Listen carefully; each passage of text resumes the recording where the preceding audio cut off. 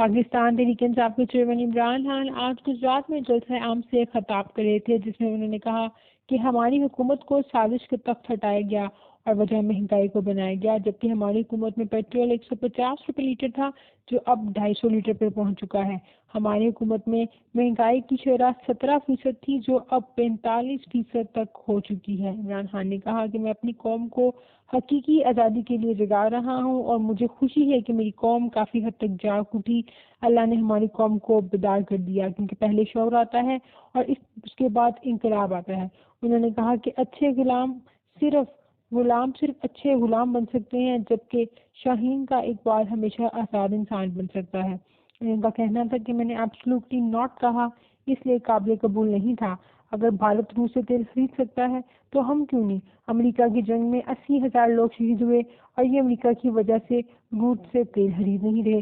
انہوں نے کہا کہ اسلام آباد ہائی کورٹ کی تعریف کرتا ہوں، جس نے 26 سال پہلے تعریف پوری قوم کرتی ہے، 26 سال پہلے کہا تھا کہ عدلیہ آزاد ہونی چاہیے۔ میں نے ہمیشہ عدلیہ کو مضبوط کرنے کی کوشش کی ہے، اور انہوں نے کہا کہ جب میں آپ لوگوں کو بلاؤں گا حقیقی آزادی کی تحریک کے لیے، تو کیا آپ لوگ آئیں؟